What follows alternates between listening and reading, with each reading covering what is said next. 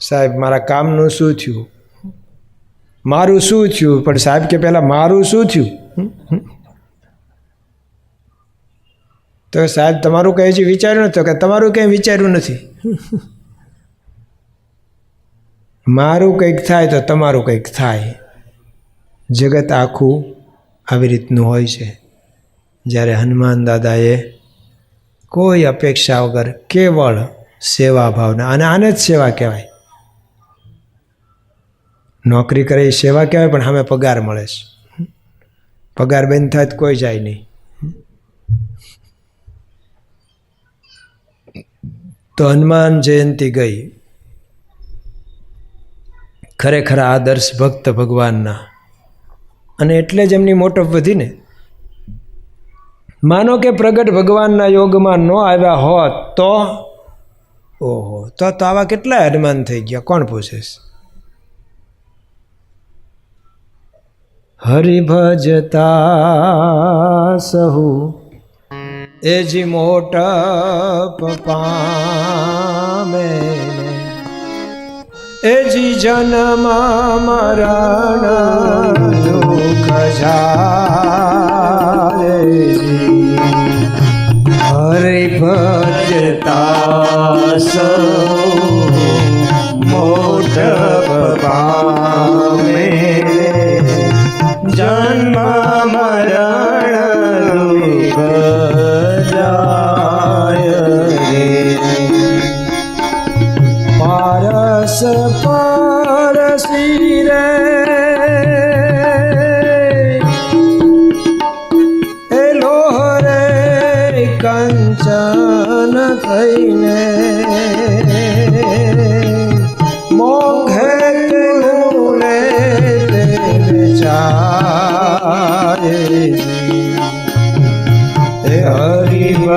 હરિભજતા સહુ મોટપ પામે રે, જન્મ મરણ દુઃખ જાય રે. હરિભજતા સૌ મોટપ પામે, જન્મ મરણ દુઃખ જાય. પારસ પરસી લોહ કંચન થઈ, મોંઘે મૂલે વેચાય. ક્યાં લોખંડ ને ક્યાં સોનું? જો પારસમણીનો સ્પર્શ થઈ જાય તો આ સ્ટેન્ડ આખું સોનાનું બની જાય. પછી આને વપરાય નહીં, કબાટમાં તિજોરીમાં મૂકે. હોનોનું તો પહેલાં આમ ખુલ્લામાં પડ્યું રહેતું હતું ને, કેટલાક તો કાટ ખાઈ ગયા હોય છે. જેમ હોય એ સ્થિતિમાં જ રહે, ન ખુલ્લે ન બંધ થાય, એવાય હોય છે. પણ જો પારસમણીનો સ્પર્શ થઈ ગયો તો સોનું બની જાય. જે ભગવાનના યોગમાં આવી ગયા, જે ભગવાન ભજે એની મહત્તા વધી જાય. બાકી બધી જગતની ગમે તેટલી મોટપ હોય, છત્રપતિ તો ચાલી ગયા, રાજ મૂકીને રાજનજી, ભલા રે ગુંડા રે યવની ઉપરે, ગણતા ન આવે છે કરે, જનની જીવો રે ગોપી ચંદની.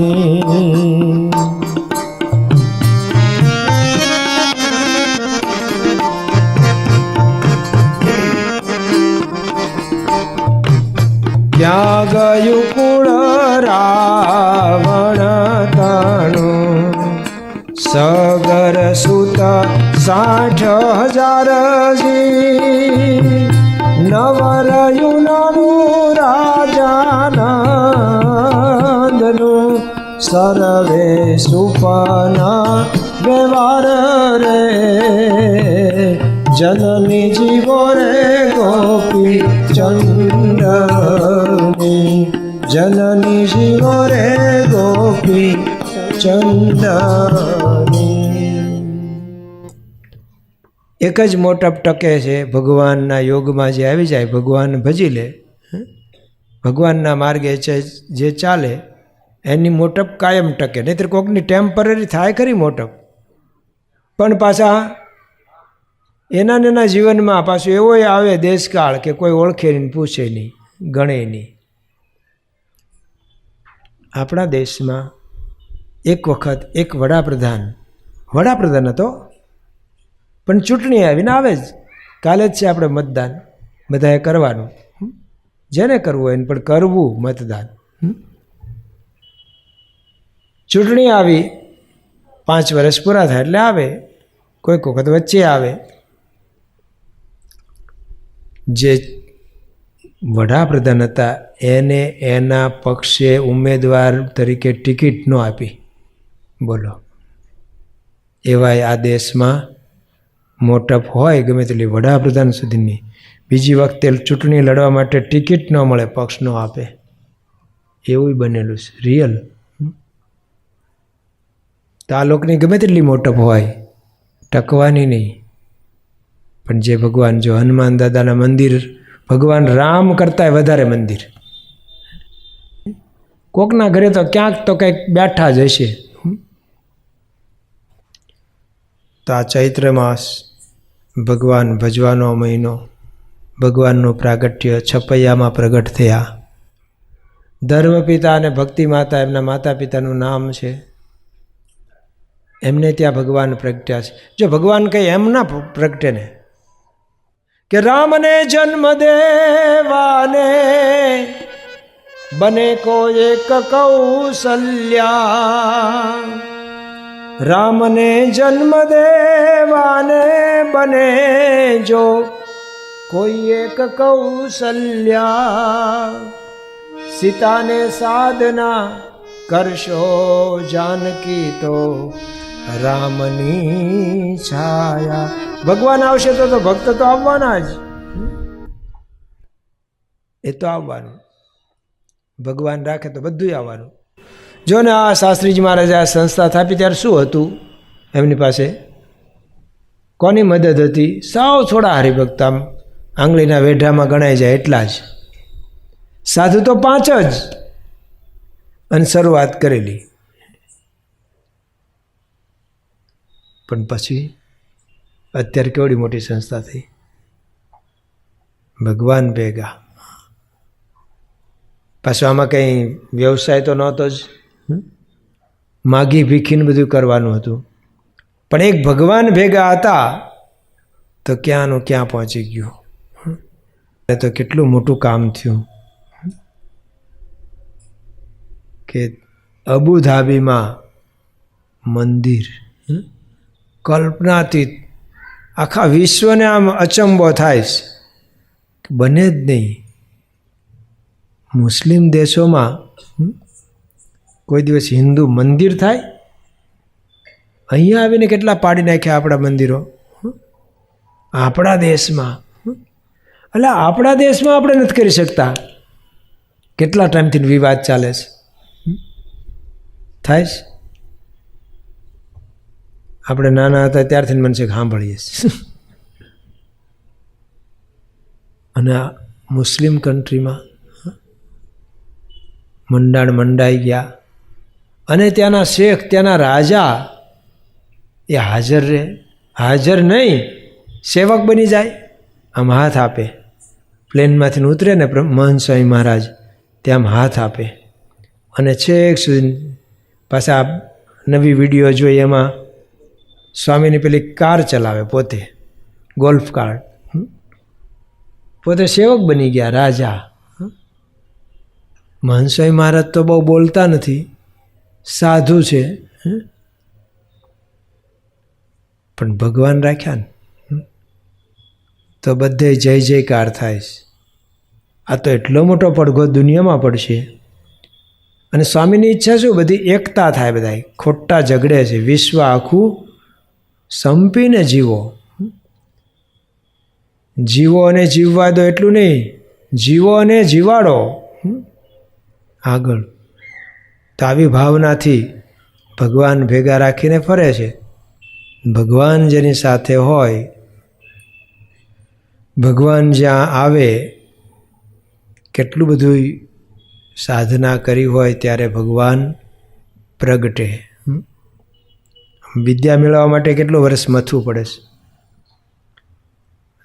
એક ભાઈ મને મહુવા મળ્યા હતા. મને કે અમારા આખા કુટુંબમાં કોઈને વિદ્યા ચડી જ નહીં. મને એમ કે વે લેશે કંઈક વિદ્યાની.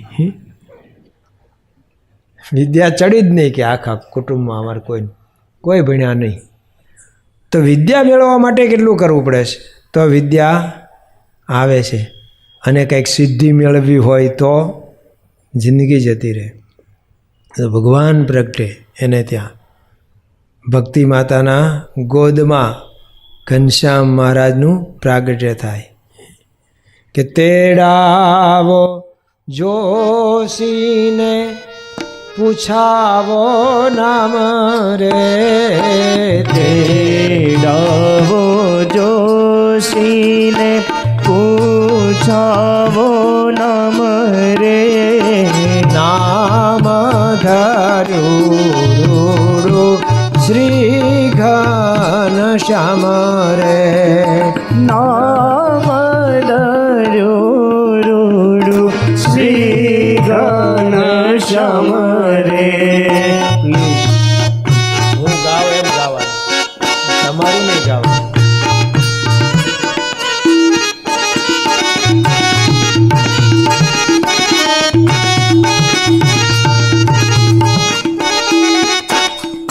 મુખડું શોભે રૂડું બાલુડે વેસરે. મુખડું શોભે રૂડું બાલુડે વેસરે. સુંદર ભૂરા માથે નાના નાના કેશરે. સુંદર ભૂરા માથે નાના નાના કેશરે. ઘનશ્યામ મહારાજ એમનું પ્રાગટ્ય થયું. પણ તમે જ્યારે વાવણી કરો છો ને અને વાવેતર કરી આવો ને તો એ ઉગે ને એની સાથે જ ઘાસે ઉગે છે. ઉગે જ, નહીતર તો નિંદામણ આવે જ નહીં. ગમે તેટલું કરે છે. અહીંયા ખેડૂતો બેઠા હતા, ધર્મસિંહભાઈ. કેટલા વર્ષ ભાઈ તમને આમ ઉંમર થઈ? આશરે 60-70 થવા આવ્યા. 70 થયા ને? આ તો 70 વર્ષ થયા છે.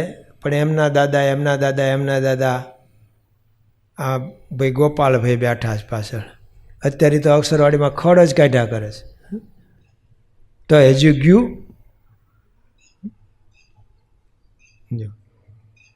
તો વગર વાવે ઘાસ ઉગે છે. એની જેમ જગતમાં 2 પ્રકાર ગીતામાં સમજાયું, દૈવી અને આસુરી. 2 પ્રકારના જીવ છે. કોક કડવા વેલા હોય છે ને કોક મીઠા વેલા હોય છે. તે ઠેઠ બધાએ પટેલમાં એ કરી નાખ્યું કડવાને લેવા. બોલો ભાઈ કે મારે કાંઈ નહીં લેવા દેવા.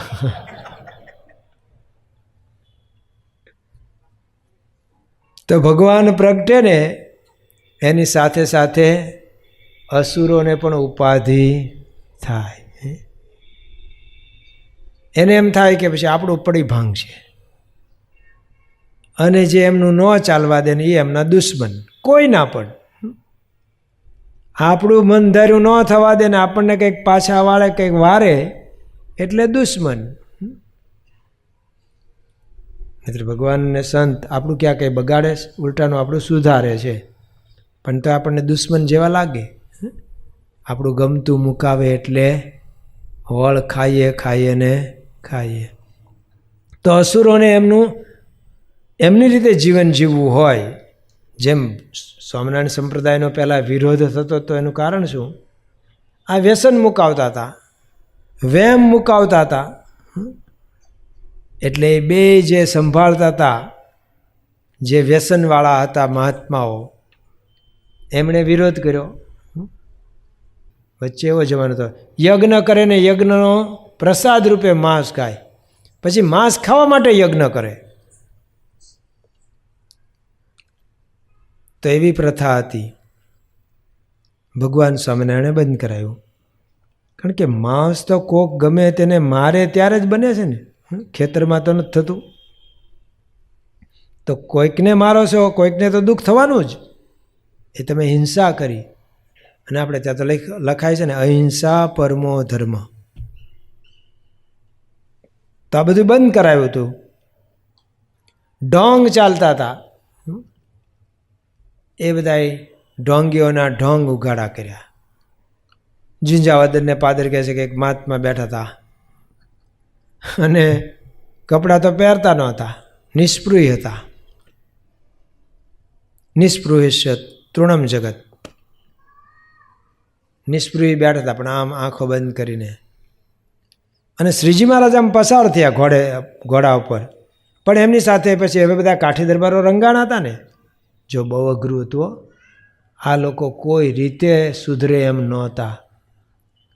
જેમ અમારા રામસિંહ બાપુ કહે અમને કોઈ સુધારી ન શકે, કોઈ નહીં દુનિયામાંથી, સિવાય પ્રમુખ સ્વામી મહારાજ.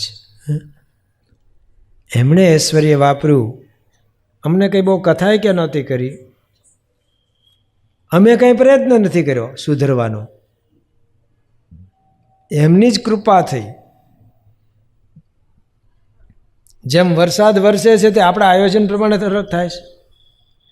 આપણે કંઈ લખ્યું હોય, ફી ભર્યું હોય કે બધા ફી ભરી દેજો તો પછી આપણે ત્યાં વરસાદ સારો થાય. વરસાદ તો ભગવાનની જ કૃપા.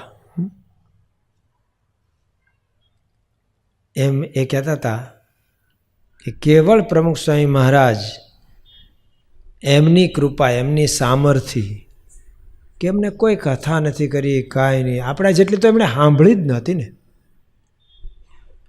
પછીથી એમણે રવિવારની સભા શરૂ કરાવી હતી. અહીંથી સુરેશભાઈ રાજગુરુ ત્રિભુવનભાઈની જતા હતા ઓદરકા, તણસા ઉતરે, ત્યાંથી સાયકલ ભાડે લે. તો ઓલો ભાડા આપતો હોય ને પછી પૂછે કે ભગત કયા ગામ જવાના છે? તો કે ઓદરકા. એ ભાઈ તો નહીં હો, પાછી મૂકો. કેમ? એ કે અહીંથી સાયકલ ન આવે પાછી. અને ખરેખર એવું હતું, ન આવે, કોઈ સાયકલ ભાડે ન આવે. પછી કે હવે ભગત થયા છે અને ઓલા ત્રિભુવનદા પાસે ઓળખાણ આપે કે હું અહીંયા તણસાનો જ છું, એને બાપાનું નામ કે. સારું તો તું લઈ જા, જા લે. તે આવડા પાસે સાયકલ લઈને જાય સભા કરવા. તે કે એક વખત વળી પાછું અમને એવો હોંશ આવી કે હાલો ને ટ્યાંભા બાપુને ત્યાં જઈએ. તે કે અમે વાવડી ગયા 2 જણા સાયકલ લઈને, અને બાપા પાસેથી મેં કે પ્રસાદીનું પુષ્પ લીધેલું. બાપા કે અમે આવી શકીએ એમ નથી, પણ આ પુષ્પ અહીંયા બાપુને એમ આપજો. તમે થોડા ફૂલ લઈને ગયા હતા. તે અમે ઘરે ગયા ને ત્યારે કે વાડીએ છે, એની તો વાડીએ જ રહેતા હતા. તે કે હું ત્રિભુવનદા બે સાયકલ ઊભી રાખીને ફાટકે ગયા ને ખોલ્યું ને અંદર ગયો ને તે કે કૂતરો હુડદાયો અમને. તમે તો એવા ભાગ્યા ને કઈ બાજુ જવું એ ખબર ન પડી, ક્યાંથી નીકળી ગયા એ ન ખબર પડી. કૂતરો હુડદાયો કે. પછી અમે કીધું કે અમે રામસિંહ બાપુને ત્યાંથી આવ્યા છીએ, ને પછી એમ નામ દીધું ને પછી આવવા દીધા અંદર. તો કે અંદર ગયા ને ત્યાં હરુભા ધાર્યા ધાર કાઢતા, બેઠા બેઠા ધાર્યાને ધાર કાઢતા હતા. પછી પૂછ્યું ટેમ્પા કે ક્યાંથી આવો છો? બાપુએ પૂછ્યું. ત્યાં રામસિંહ બાપુને ત્યાંથી, અને પ્રમુખ સ્વામી મહારાજના શિષ્ય છીએ. સારું એ કે તો બેહો. તે ઓલા સુરેશભાઈ કે મને ખબર ન પડે ને, આપણને તો કંઈ ખબર નહીં, એમ ખાટલો હતો તું ખાટલે બેઠો. તો કે એ ભામણ હેઠો બેસી કે ઉપર ન બેહાય. ત્યાં કડપ પડી હતી એના ઉપર હું બેઠો. તે પછી ઓળખાણ બધું તું કેવો છો શું છે ને ભામણ. અને તે ભૂંદા મોટી મોટી મૂછો રાખે, એ આ કોણ છે? સુરેશભાઈ કે મને પ્રશ્ન થયો કેમ કેવું કે આ મોચી છે એમ, આટલી મોટી મૂછું રાખેલી. તો હું ન બોલ્યો તો તે ભૂંદાએ જ કહી દીધું કે બાપુ હું મોચી છું, અહીં તણસાનો જ છું. તણસાનો છો? કોનો છોકરો? એ કે રત્નાનો, રત્નાભાઈનો. હા રત્નાનો એમ, ઠીક લે. ઘણા વર્ષથી એના જોડા પહેરું છો. એ કે પણ એક વખત પૈસા નથી આપ્યા, એને લીધા નથી કે. પછી તો કે બાપાને અંબારીને વાત કરી, 3 કલાક વાત કરી. તે રાત્રે તો મોડું થઈ ગયું. પછી કે લ્યો છોકરાઓ આવ્યા છે જમીન જાઓ. અમે કીધું જમવા અત્યારે અમારે ત્યાં જમવાનું છે, અમારું રાહ જોતા છે રામસિંહ બાપુ. બહુ આગ્રહ કર્યો તો અમે કીધું ને કે હવે અહીંથી નીકળી જઈએ તો સારું. તે પછી હરુભાઈએ ટ્રેક્ટર તૈયાર કર્યું. એ કે જા બેન મોકતો આવે છોકરાઓને. એક સીમાડે એનું ગામ. તે અમારી સાયકલો નાખી ટ્રોલીમાં અને ટ્રેક્ટરમાં બેઠા. તમે ગયા ને તો રામસિંહ બાપુ માળા ફેરવતા હતા. તેમને પૂછ્યું હાજા હારવા આવ્યા કે માર ખાઈને આવ્યા? કે ના ના હાજા નરવા આવ્યા છીએ. પણ એ રામસિંહ બાપુને ત્યાં અમે કે સભા કરવા જતા હતા. પછી કીધું કે હવે ભગત તમે નહીં આવતા અમે કરશું તમે તારે, તમે નહીં આવો ને તોય કરશું. પણ એમને વાંચતા નહોતા આવડતું. એ કહે તો એમ ગોતી લઈશું. પછી સ્કૂલનો માસ્તર હોય ને એને કીધું કે માસ્તર તું અમને રવિવારે આવીને વાંચી સંભળાવજે, તને 12 મહિને દાણા ધૂણી આપશું. ઓલો મનમાં કે અમારા ને અમારા ખવાઈ દો તોય બાપુ સારું. એ કે હું તમે તારે આવીશ વાંચો, આવીશું વાંચવા. જો આ કૃપા કહેવાય, પરિવર્તન. અને એ ભગવાન સમર્થ, એમની સામર્થ્ય, આવા મોટા સંતની સામર્થ્ય એ કરી શકે. અને કરવું હોય ત્યારે કરી શકે. પાછા આવા જે હોય આસુરી જીવ કોક, આ બધા શું હોય સંગે કરીને પ્રસંગે કરીને આવું બની ગયું હોય જીવન. પછી પાછો એમને સારો યોગ થાય ને એટલે સારા થઈ જાય, એટલે દૈવી જીવ કહેવાય. અને આસુરી હોય એ તો મહારાજ કે સિંગડીઓ વસનાગ ભગવાનના થાળમાં ધરાવો તો પણ એવો ને એવો જ રહે, જ્યારે જ રહે. એની જાત જ એવી છે, એમાં સુધારો થાય નહીં. તો ભગવાન પ્રગટે ને એમાં ભેગા આસુરી જીવ હોય એ પ્રગટે, એમને દાજ થાય કે આપણું નહીં બહુ ચાલે. બધાને થાય ને કે આ ઓફિસર જાય તો સારું સારું, કે હાલવા જ નથી દેતો. હવે પછી બીજા આવે ત્યારે બધા રાજી રાજી થઈ જાય કે હવે જે ચલાવવું હોય ચલાવો. તો ભગવાનના વિરોધી પણ હોય ભેગા. આદિકાળથી 2 પ્રકારના જીવ ચાલ્યા આવે છે. તો ભગવાન પ્રગટ્યાની સાથે સાથે ઓલા તો વહેલા આવ્યા હતા. ગામનો જ હતો, છપૈયા ગામનો. ઘનશ્યામ તો એના ભાણેજ થતા હતા. તો એ કાલિદત્ત નામના આસુરી જીવ એણે ભગવાનને મારી નાખવા માટે પ્રયત્ન કર્યો. એક વખત નથી, પેલા કંસે પોતાના જ ભાણાને મારી નાખવા પ્રયત્ન કર્યા કે નહીં? કેટલી વખત કર્યા પ્રયત્ન. જેલમાંથી તો છટકીને નીકળી ગયા હતા કૃષ્ણ ભગવાન, ગોકુળ મથુરામાં હતા. પણ ત્યાંય મારી નાખવા માટે પૂતનાને મોકલી, બીજાને મોકલ્યા, ત્રીજાને મોકલ્યા. અને ઇતિહાસ એવું કહે છે કે અત્યાર સુધી ભગવાન આગળ કોઈ ફાવ્યું નથી. જેને જે કરવું હોય એ કરો, છુટ્ટી. અને કોઈ બાકી નથી રાખતું, પોતાનું બળ બધા અજમાવી જોવે છે. એટલે અહીંયા પણ એવું કર્યું. કાલિદત્તે પોતે મેલી વિદ્યા, મંત્ર તંત્ર અને આ બધું હોય જ. અત્યારે કોઈ મંત્રથી નહીં તો પણ આમ બીજી રીતે માણા તો ઊભા કરે જ છે કે નહીં? એવા માણસો રાખે જ છે બધા, જે કોકનું કાંઈક કરી આવે. હમણાં જ આતંકવાદી હુમલો શ્રીલંકામાં થયો. આવું ચાલુ જ રહે છે દુનિયામાં. જો અત્યારે ક્યાંક તો વીજળી થતી જ હશે, હો ક્યાંક. હા, 1 મિનિટ એવી નહીં જાય કે આકાશમાં ક્યાંક વીજળી ન થતી હોય. અમેરિકામાં તો તુસાન નામનું શહેર છે, અને આમ મેક્સિકો બાજુનું છે, પણ ત્યાં બાજુમાં રણ છે. ત્યાં ઉનાળામાં વીજળી થાય, વાદળા ન હોય ને થાય. વાતાવરણ ને વાતાવરણ ઠંડુ ગરમ ને ઘર્ષણ થાય છે, અને એની વીજળી થાય છે. તે લોકો ત્યાં એ જોવા આવે પાસ. હવે મેં કીધું આને ઘરમાં નહીં થતી હોય, ત્યાં અહીંયા ઠેઠ જોવા આવે. પણ આવું થાય.